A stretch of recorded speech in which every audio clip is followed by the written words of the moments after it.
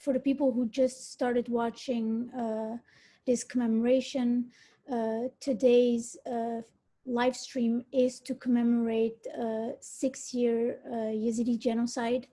The Yezidi community are an ethnic religious minority living in Iraq. In August, on the 3rd of August in 2014, the Islamic State came to eradicate the Yezidi community. Today we have young Yezidi activists. They are scattered around the world, some in the US, some also in Iraq, giving them today an opportunity to see their point of view, see what they think is necessary for the Yezidi community to be able to live in Iraq, to be able to have a brighter future. I would say let's begin today's panel. So as I said, this panel is with a number of Yezidi men and women, sharing some ideas about the future generations, the trauma, loss of opportunity, and what does the younger generation need to recover from the trauma and to rebuild a brighter future. And our first speaker in this panel is Mr. Dawood Saleh. He is a survivor of the 2014 ISIS genocide and author of a book of poetry, Walking Alone. He is an undergraduate student at the University of Utah. Dawood, the floor is yours. Thank you, Pari, and thank you for everybody who is participating in this panel. And I have been watching also a few other panels, and they're truly incredible, and they are showing a few sides of the Yezidis case, and that we are unaware about, which is like really important. First of all, I wanna remember the 12,000 Yezidis, or probably more than 12,000 Yezidis who were killed and kidnapped in 2014, going through a terrible genocide that happened against my people in Sinjar. And it's been 6 years since then.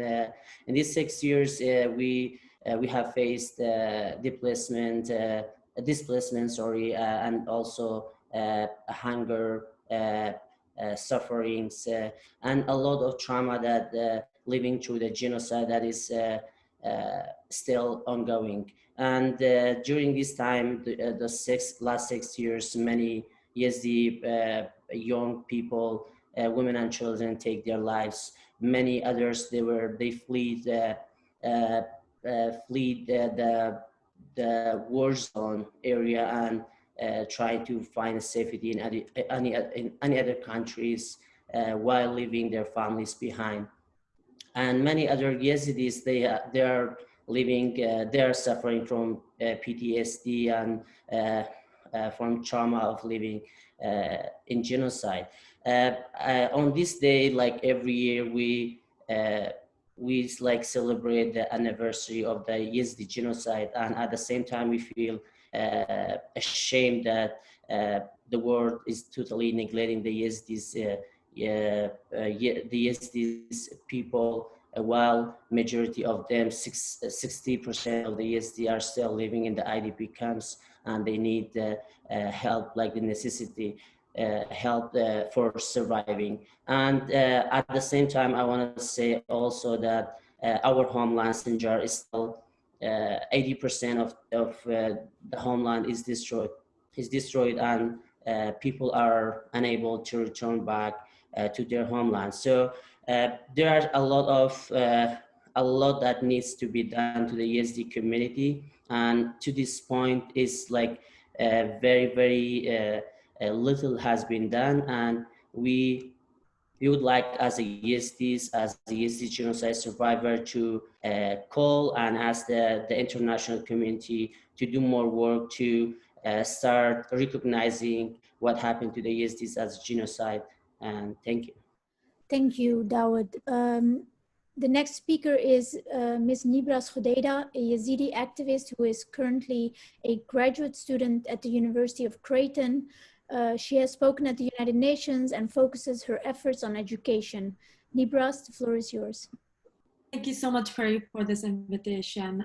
I don't have to tell you, all of you, who's watching, the viewers, that what happened on this day. Because you already know the tragedy that thousands of Yezidis kidnapped many women, and who sold 3,000 of them are still missing. I don't have to tell you that because I'm sure you already heard it from many, many panels. But here I'm gonna focus on education and the importance of it for our education, for our Yezidis. I'm Nibras. I'm a Yezidi refugee living in Nebraska, and I'm among the largest community, Yezidi community diaspora here. I'm also a student and advocate for education. Since I landed in the US, I've understood the value and importance of education for our community. For years, Yezidis lived in isolated villages and towns due to continuous persecution from the Ottoman Empire to ISIS in 2014. Yezidis didn't have access to basic education in Nineveh for decades and still have little to no access to basic educations. We have been at disadvantage and discriminated against in both the Iraqi and the Kurdish education system for so long. Yet no work has been done by either of their government to ensure the basic needs for us. Like many of you know, basic education. Over 360,000 became refugees in Kurdistan. Many were students, desperate to continue their education, but were unable for both economic and discrimination reasons. When I became a refugee and went to Erbil, I was discriminated, and I wanted to continue my education, but I was discriminated. I was asked to get a transcript from my school, where ISIS was literally about a mile and two away. And this is what a thing and a struggle many Yezidis have faced for 6 years. We've lost a generation of young Yezidis. 6 years living in IDP camps with no to little access to basic education. Both the Kurdish and the Iraqi government failed to adjust the curriculums that will allow Yezidis to continue their education.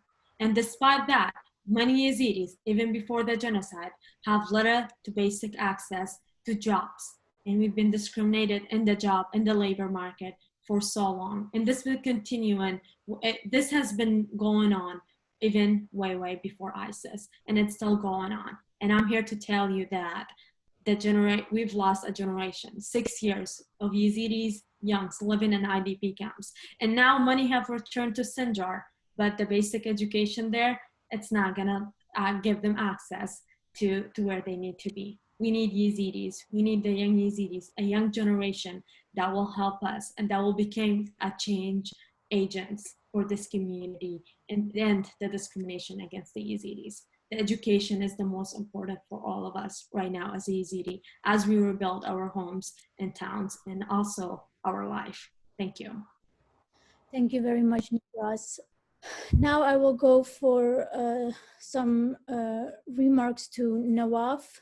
You can now make your statement. Nawaf is a graduate student at the University of Nebraska, Lincoln, also focusing on education. Nawaf, the floor is yours. Thank you so much, Pari, for the opportunity. It's truly a sad day for all of us and for those people who specifically and especially for those people who have lost their loved one on these days, on this exact day and time 6 years ago. I remember I was taking a class at the American University in Suleimania, and in the break between a session and the other session of the class, I checked my phone and I found more than 40 missed calls from my family and friends, and is also a student in Sinjar. And when I called one of them back, and she's a friend of mine from the south side of the mountain, from the village of Tel Azer, and she said everything's gone and they took my 5 sisters. So her 5 sisters were also students at school, and I will just echo what Nibra said. I don't want to remind any of you of what happened because we've been discussing for the for 5 years, for the last 6 years, about what's happening on to Yazidi, what happened to Yazidi, and what have been happening to Yazidi. And there is little or maybe not that much have been done so far. I chose the education back in 2008. I finished my diploma with the high school, but because of the same reasons that we're facing right now, I couldn't go to Mosul University. So it was only 3 years later when I had the opportunity to go to the American University. But I was not alone. I was one of the 5,000 other Yazidi students who were deprived from their education in Mosul University, and they ended up in some of the university in Kurdistan, studying some of the degrees they were not interested or were very low compared to what they achieved in high school. So today, if we're talking about the situation of education in Sinjar, I think after the security, education is the second most important thing for Yazidi in all over the world. And some of our students in Kurdistan have shown that. I remember in 2007, there were 10 top students in Kurdistan, 7 of them were Yazidis. And that shows a sign of how much Yazidi inspire education, love education, and how hard work they are as an educator or as students. Of today, we are talking about 45 schools have been destroyed when ISIS attacked Sinjar. So at least each of these schools at least had 300, 500 students. So we, as Nibras said, we're talking about a whole generation for 6 years have been losing their future. And this generation have contributed a lot to the Yazidi future and to also today's what is happening today. So as Nibras said, education is important. Other stuff are also important, but with my experience, due to discrimination, religious discrimination, and instability and security and attacks on Yazidi students in Mosul and other areas, I was late for 3 years to find a university to study. And I'm sure there are thousands of Yazidis who couldn't do that, and they don't have the access to that very basic right of them. Thank you. Thank you very much, Nawaf. Now, Ms. Hewan Omer, she is the FYF country director. You've seen her before today. Hewan is from Sinjar and has been working in the humanitarian field for several years, and now as the country director with FYF. Hewan, the floor is yours. Thank you, Pari. I will start with, it's a good to see a young group of Yazidi leaders and thinkers here. I hope you are all safe and well. I'm glad that today we have an opportunity to discuss education and the future of Yazidi youth after surviving genocides throughout the history. We believe that investing in education is the most important investment any government or international organization can make to help the Yazidi, the next generation. When we invest in younger generation or youth, we invest in the future. We must make sure that minorities like Yazidis in Iraq and marginalized groups, and particularly children with disabilities and women who were in captivity and young girls are not left behind. Everyone in the Yazidi community has suffered so much since 2014, and I'm glad that this panel is focusing on the young people and the future for the next generation. Because I'm very concerned that the building blocks and that the opportunities that are needed for us are not there. So, and this will prevent the next generation from being successful, and this will be put Yazidi in a very difficult or or bad situation. So it's very important, and I think education and job opportunities for Yazidis is and for the young Yazidi women and men is the only key forward. Thank you. Thank you, Hewan. Now we move to Ms. Zozan Kolani. Zozan is a GBV project practitioner in Sheikhan. Zozan, the floor is yours. Good afternoon, everyone. I'm Zozan Hassi from Sheikhan district. It is an honor to be able to speak about this topic in front of you all. First and foremost, I would like to thank Ms. Pari for giving me this opportunity to speak on the behalf of the Yazidi community, and particularly on the behalf of women in my community. Today is a day that holds two meanings to me. It's a day where we mourn and remember those who have been lost, but also a day where I admire the strength of my community. Starting 6 years ago, today many Yazidi lose their families, their houses become displaced, and as a result, lose themselves. One thing, however, that shone through the darkness was perseverance and resistance for life. The Yazidi community never gave up. In camps, in the heat of the summer or the cold of the winter, they are continuing their education and their work. We are also reclaiming and demanding that the justice and respect for human rights and that was lost to the Yazidi community returns. I believe this day will be remembered by all Yazidi forever. I, like many other women in my community, have been very committed to the recovery and development of the Yazidi community. We are doing our part in advocating for the rights of women and ensuring their continued resilience. I started my journey working as a supervisor in the orphanage that was opened in Sheikhan. It was for Yazidi orphans and survivors. Now I work as a GBV project practitioner.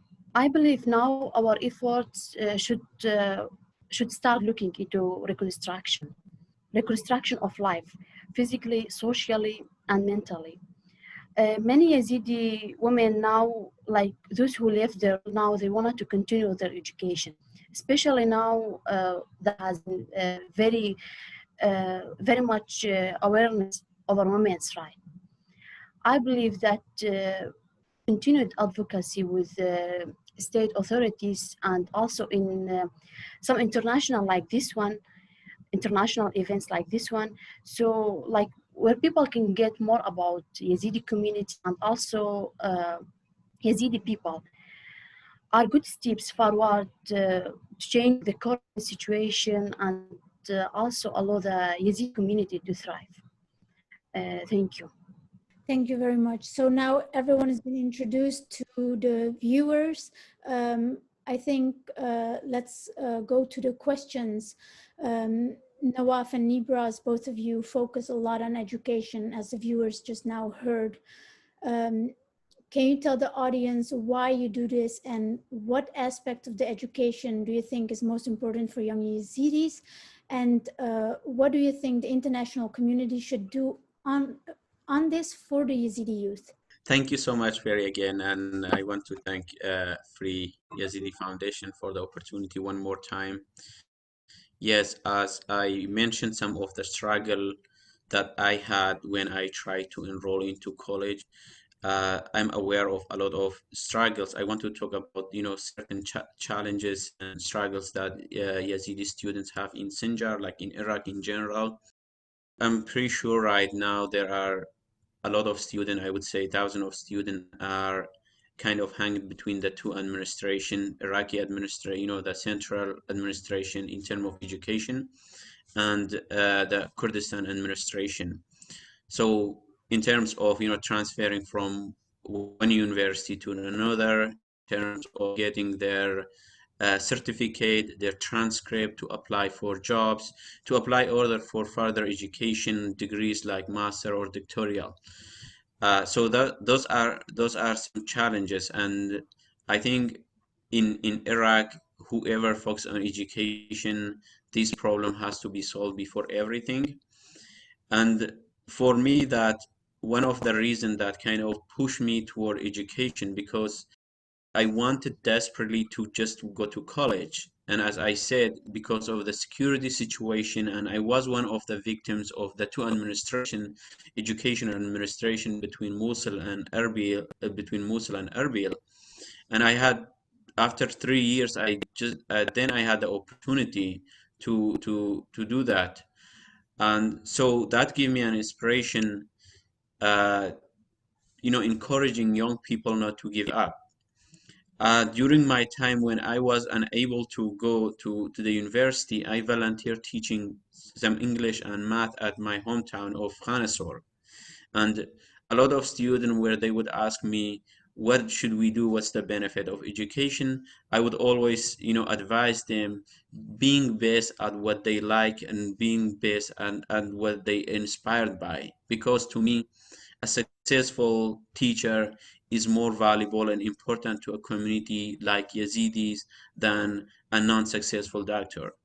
So that's my advice to them. And I remember one of my students in 2014, when we had to run away from our homeland to Duhok and other areas, so telling me that you always focus on the importance of education, but now we have to go back and carry our weapons, and what's the benefit of our education? I told him also, an educated fighter is always much better than a non-educated fighter, even if your weapon is not a pen, is just a rifle or something else.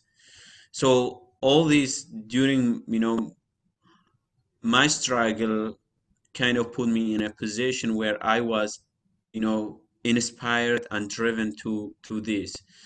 And then at that time, I was kind of promised myself, I said, if one day I went to a university, I will do my best, and I will encourage my other friends and my students to do their best. I think for a minority like Iraq, and as I see on these panels, you are all a result of education.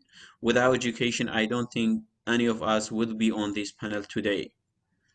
I don't, uh, you know, kind of forget about what other people could bring value in terms of social life and other aspects of life. But as I said, education is a key for all of us. And today, if we're talking about Sinjar and the struggle of students, I don't understand till today why there is not a university in Sinjar. Though we have, back then, in 2008, I was one of around 5,000 students, but now I think you can imagine that 5,000's been, you know, uh, doubled or tripled today. So we have around, I would say, 20,000 students who need a good education, a good access to education. So that's kind of where I came from in terms of education. And in 2015, that I made a promise to myself that I would do my best at the education. I was the only student from Sinjar at the American University, and I got the speech for being the top student in my school. And I thought that that's something you can bring your case on your to attention through education. And today I'm doing the same with a lot of former students of mine, a lot of friends. And yeah, and as I told you, the results of education I can see on this panel today. Thank you. So like Nawaf said, I think it's just a personal experience that made me focus mostly on education. A lot of both of my parents, I'm the first generation from my family to graduate high school and the first ever to go to college.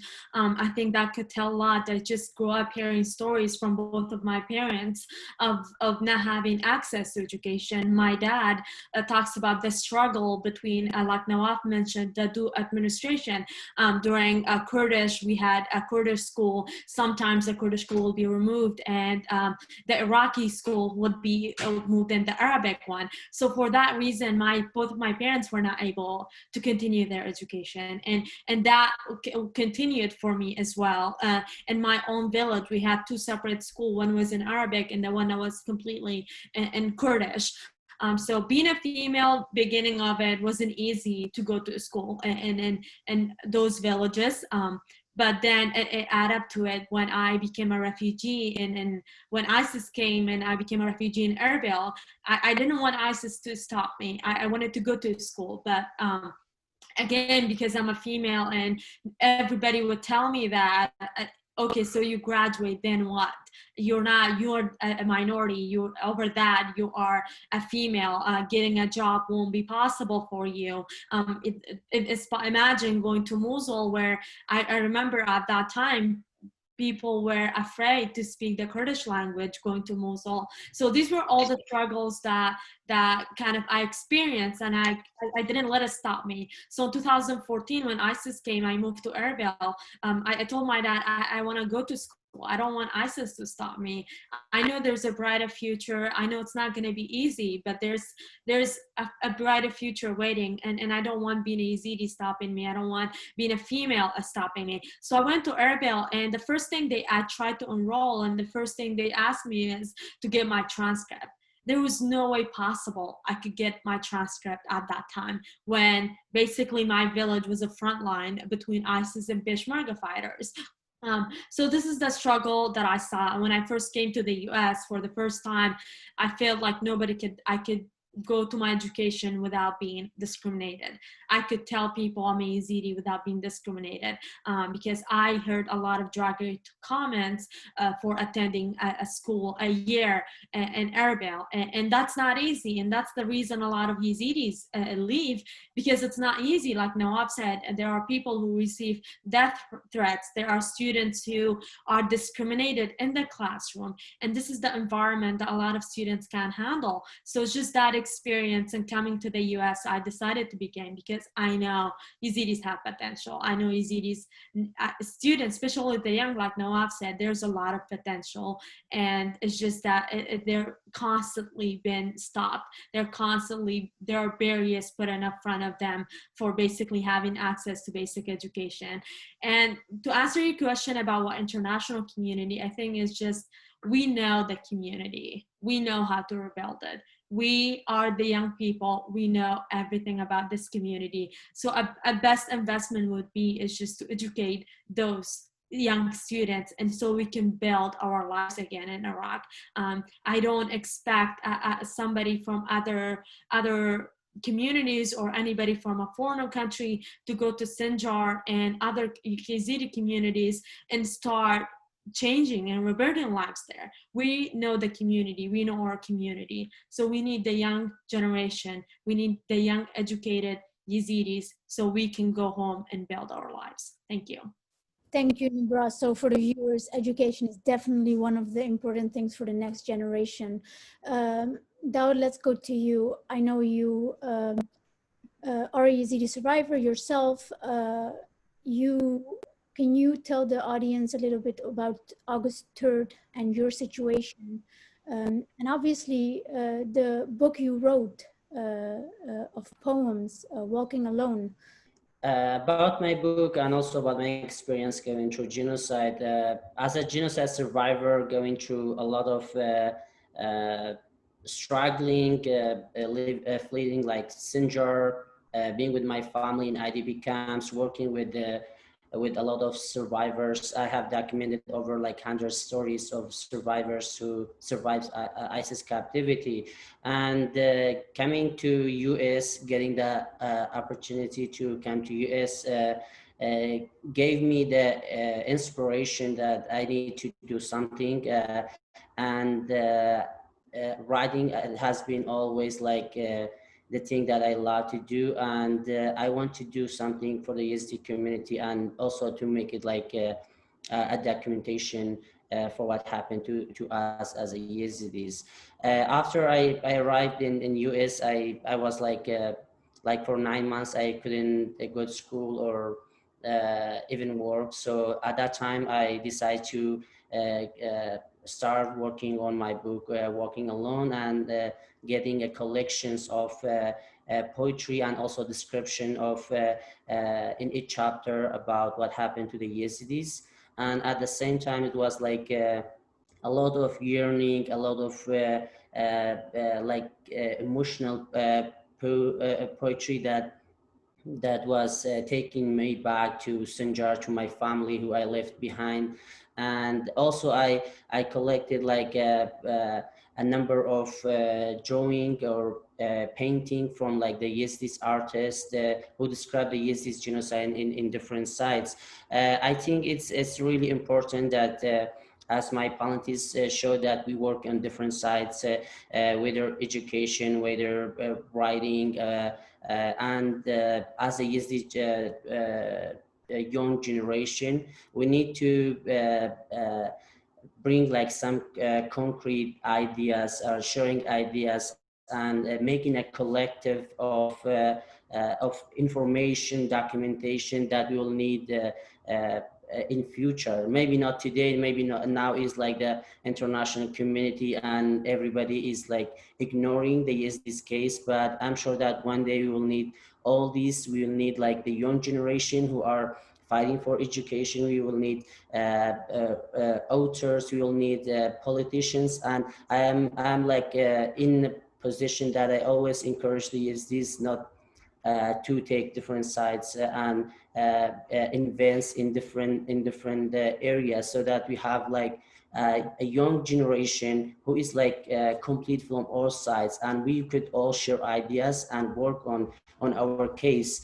Yezidis community in Iraq needs us, and one of the main reason why I worked so hard to get here is that because I have found so many people are hopeless. So many people were in a position that they couldn't continue. So many people who lost most of their members of the family. I have friends from college who were murdered. So today our responsibility is so big. And I feel that my responsibility here, like as a Yazidi survivor, is not just to act as a victim, but to get like the strength of being a survivor of a genocide and use that as a tool to fight for my community. Is it if it's like through the education or writing or through a lot of other stuff. Walking Alone was my first step, and also I participated in another book through my community college here, Saleh Community College, in 2019. And also I'm currently working on a novel that will highlight more about what exactly happened to Yezidi, about the Yezidi culture, Yezidi religion, and it will be another documentation for the Yezidis. And it's like the listing that we could do for our community back there in Iraq who are suffering the worst consequences right now. Thank you, Dawood. I mean, as you said, like the future of Yazidis lies in having lawyers, doctors, graduates of the Yazidi community. And with that, I want to go to Hewan and Zozan, because the Yazidi community does not only exist out of men. Let's talk about the Yazidi women and their education. So give me your point of view of how you see women's education, Yazidi women's education. Do they get enough education in Iraq in general? What can we do to make sure that these women and girls, all of them throughout Iraq, get chances to learn and succeed just like the Yazidi men in the community? So I think this is a great question, as we are on the field, and we're gonna share with you the real situation and how we are seeing it. So here, if we are talking about as we all agree that education is the most important instrument for developing communities. But in case of, if we are talking about the Yazidis and especially the young Yazidi women, we have to start from the basics, like with the roots, to provide a safe and secure environment for the young Yazidi women, in general, Yazidi men and women, but if we are focusing here on women, we have to start with the secure and safety. So here, because we cannot build a future that's based on fear. Also, Yazidi women in Iraq, they have the right, and they have also to participate in the education like any other citizen in Iraq, according to the principles of non-discrimination and equal rights. So prior to genocide, prior to 2014, like I'm gonna share with you some like real like experiences that have been faced, not myself, because I have different from family members and friends and relatives. So prior to genocide, Yazidi students who were attending University of Mosul, they were receiving threats, those Yazidi students. So after a number of death threats to those young Yazidi men and women, we have seen still the resilience in this young Yazidi men and women. It's sometimes at some point you can say it's easy for maybe men can still continue, but this dropping the women out of it. Still always women are vulnerable. So they still continue their education. And here I have a text from a real text that's been a threat text that's been given to the Yazidi students who were attending University of Mosul. So I'm gonna, it was in Arabic, but I've translated, I'm gonna read it to you, what's exactly been written and the threats that's been given to the Yazidi students. Because as you see, you cannot, if you are, imagine you are in a hall, you are trying to study and get an education and you have to hide your identity because you are Yazidi. How are you gonna get this education? You get to the point that you want, you are at any point expecting a message gonna come to you, or when you are out of the class, or when you are working. So these are very difficult. So now I'm gonna read you the text. So the text says, in the name of God, leave this land, which is the land of God, because you are non-believers. In case you don't leave, we will slaughter you. So this was one of the messages that's being given to the Yazidi students, and thus resulted in murder of their bus drivers, because still the Yazidi students wants to continue because they think, okay, because we didn't do any harm to anyone, we're gonna continue. It's just the education, we have the right like any other human being who are here. They still continued while they didn't see the Yazidi students are still continuing. They try go to the other part, which is killing or murdering the bus driver who's transporting them, because the bus driver also is Yazidi. So this caused a strong fear among the Yazidi students.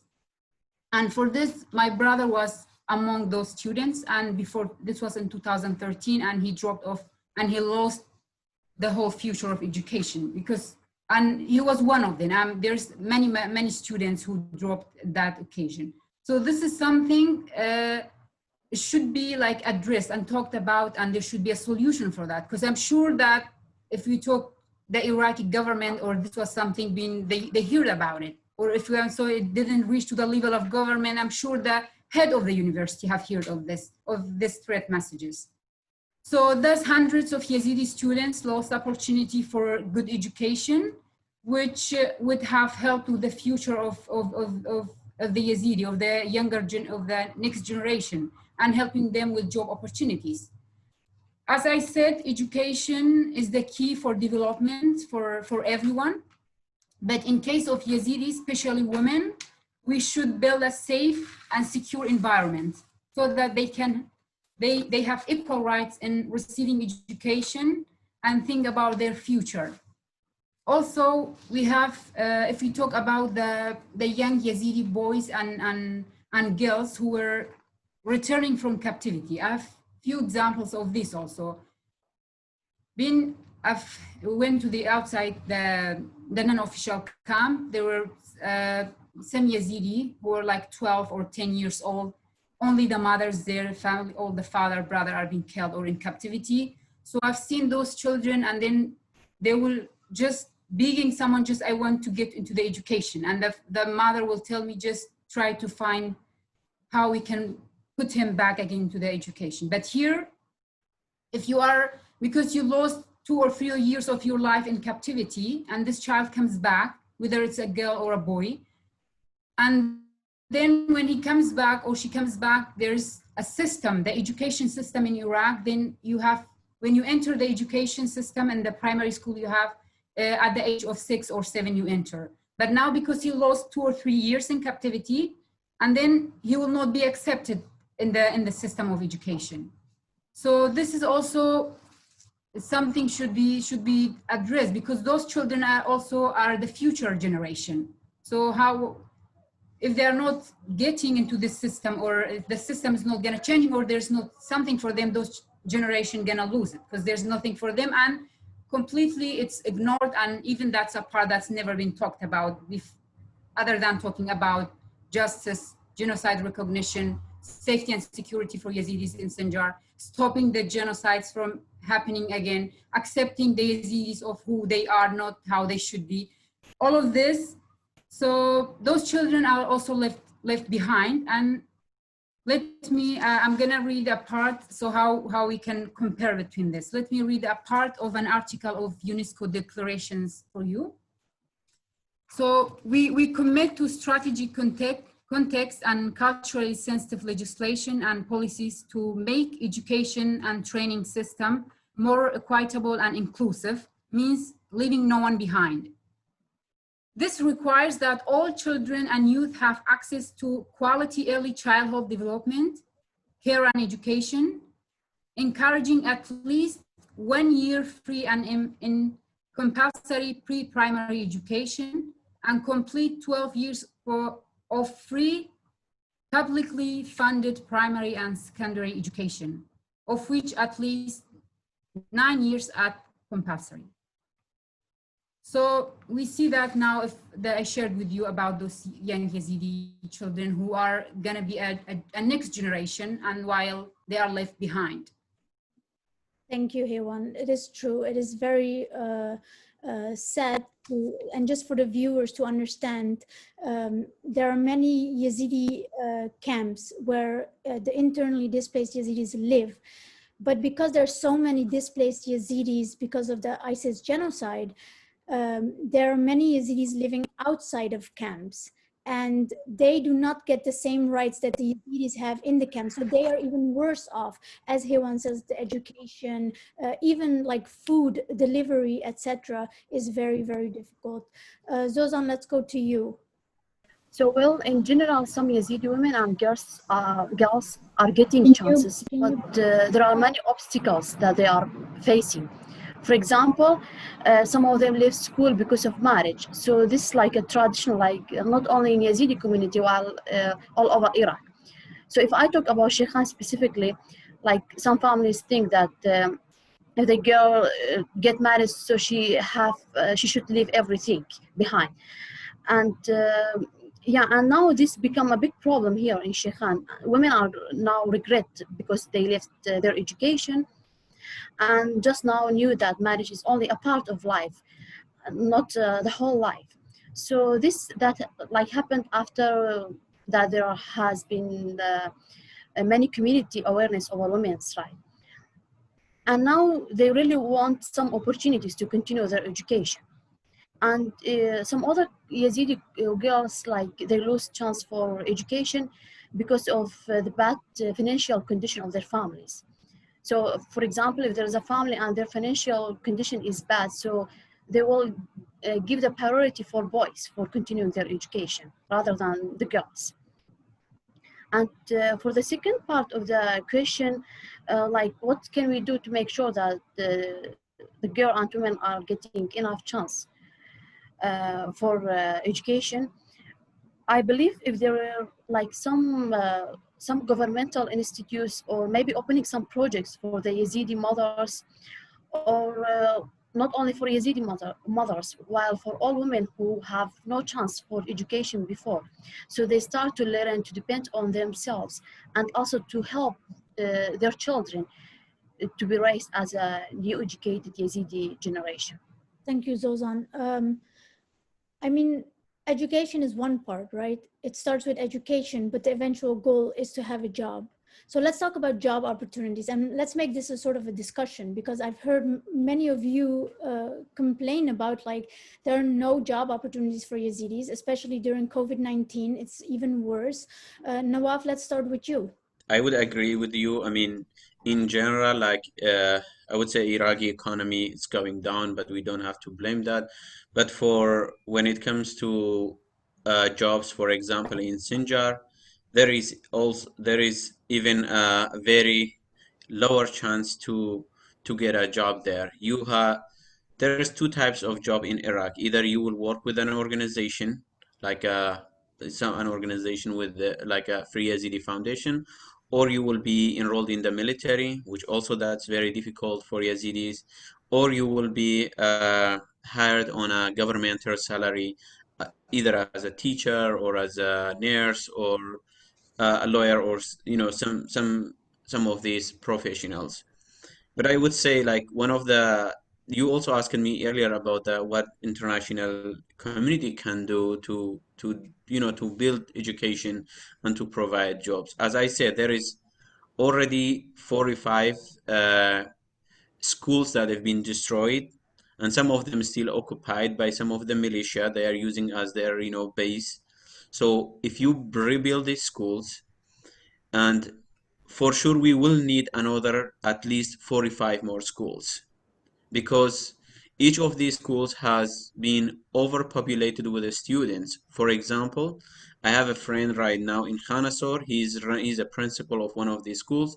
He has schools of 8 classrooms with 6,000 students and only 12 teachers.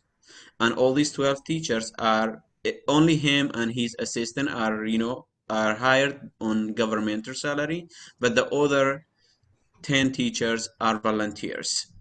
So if you want to contribute to build education and at the same time offering the jobs, that's an area I think any international organization or even the government of Iraq or any other government, they can invest in. This way they will provide buildings, they will provide space for students to learn, and they will also provide thousands of jobs for teachers. We have more than 800 Yazidi graduates who are ready to become teachers today, but there is nobody who can hire them and nobody pay them. So they do odd jobs here and there to just feed their families, or their final option is they will join one of these militias group in order to bring some food to the table.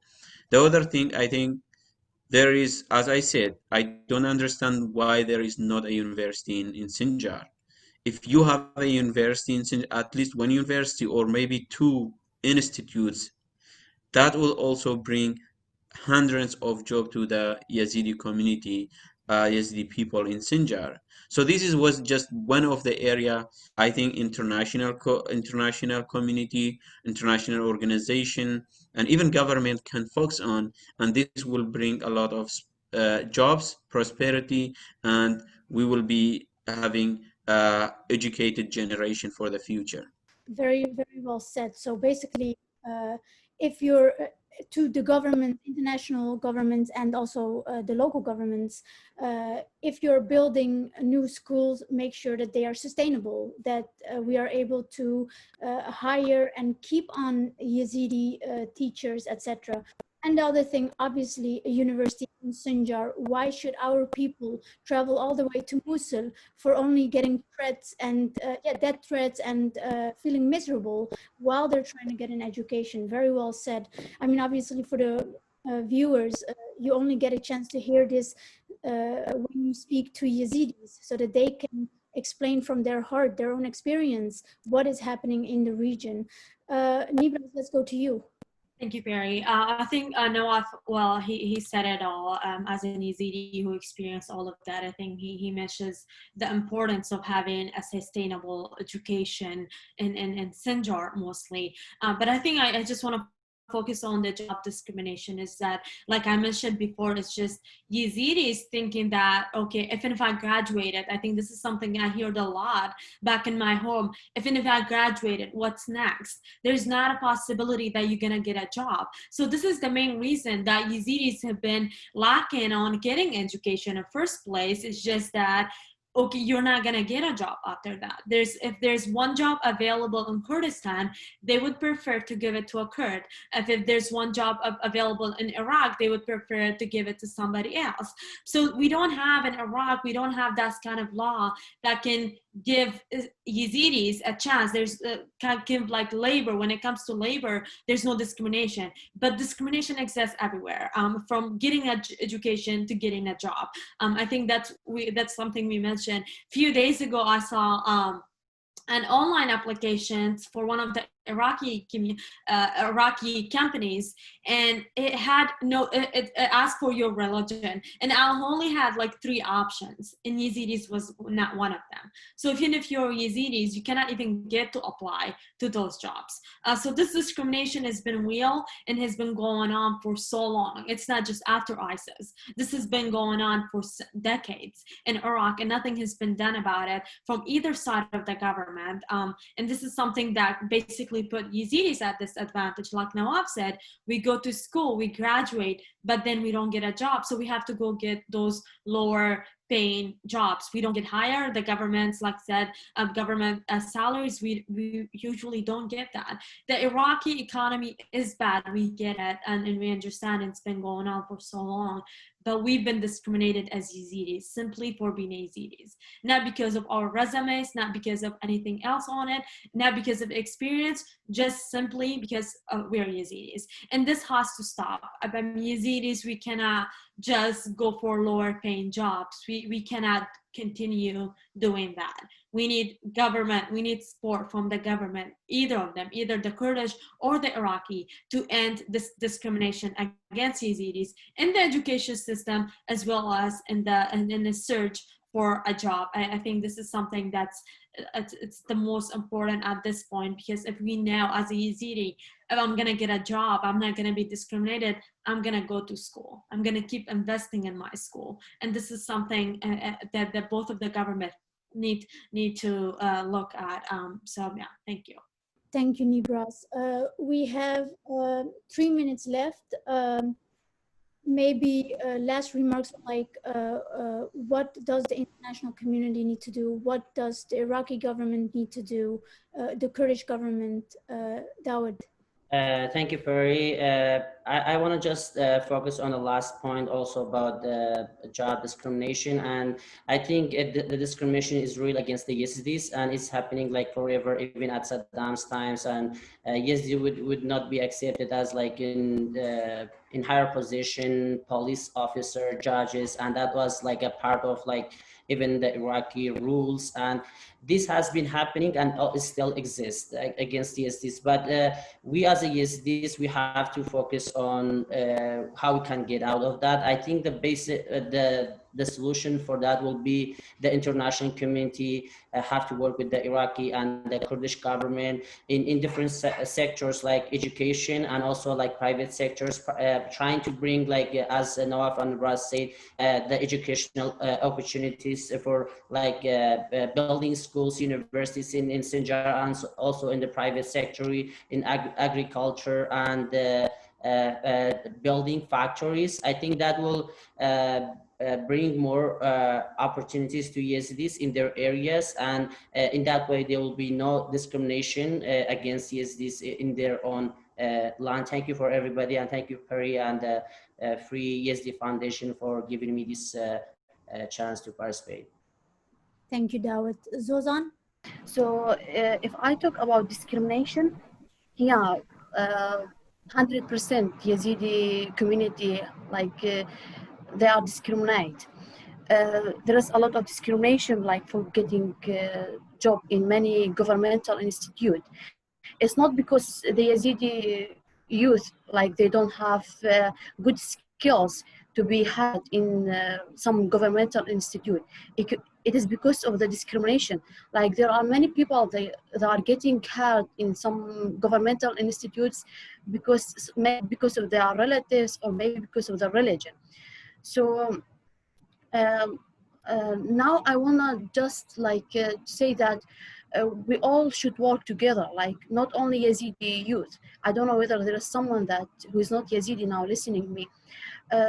It will be really good if we all work together for a better future for all of us, far away from discrimination, to build a new Iraq.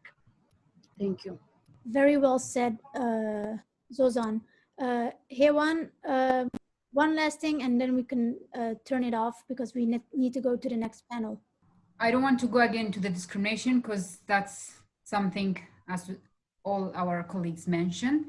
So here, what a solution to find here is that I believe that the international communities and the governments, both governments, and should support and the Yazidi organization and the Yazidi community to conduct a labor assessment with youth, as well as business owners, government officials, to better understand how compatible Yazidi youth skills are with the needs of the business community in our government, especially for job opportunities, should be presented to everyone, not based on religion beliefs, because we all together can help and build a country together.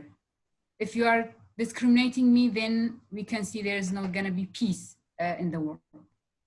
So I can just focus on something that FYF is already doing this on a small scale by providing education and IT for the young Yazidis and some job and technical skills. But we are still a very small organization, and we need to work jointly with much larger international efforts and to create better future and more opportunities for our Yazidi youth. Thank you. Thank you. Thank you very much, everyone. Thoughtful comments that the world needs to hear, and the real situation of the Yazidis. And thank you all. You are the next generation. Bye-bye.